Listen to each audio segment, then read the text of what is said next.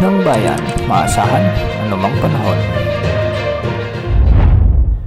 Magandang araw po sa ating lahat. Narito na ang pinakauling update sa magiging lagay ng ating panahon sa araw na ito at sa mga susunod na araw. Sa kasalukuyan, meron tayong minomonitor na LPA sa kanlurang bahagi ng Palawan at sa ngayon ay mababa naman ang tsansa nitong maging bagyo sa susunod na 24 oras. Samantala, tatlong weather systems naman ang nakakaapekto ngayon sa ating bansa: ang shear line, ang northeast monsoon at ang easterlies. Dahil sa shear line, asahan ang maulap na kalangitan na may mga pag-ulan at kalat-kalat na pagkidlat pagkulog sa Metro Manila, Quezon Province, Rizal, Pampanga, Bulacan at Aurora.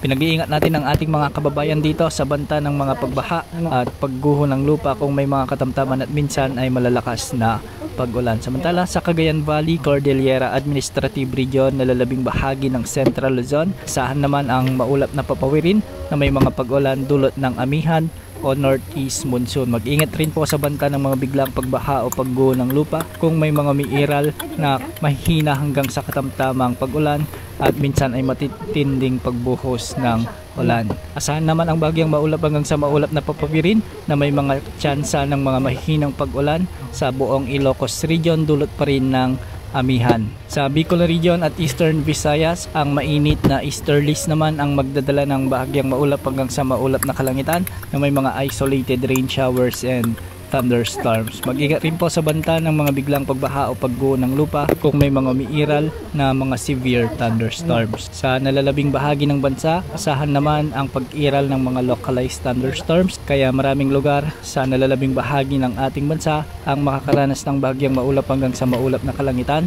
na may mga kalat-kalat na pagulan at pagkidlat pagkulog.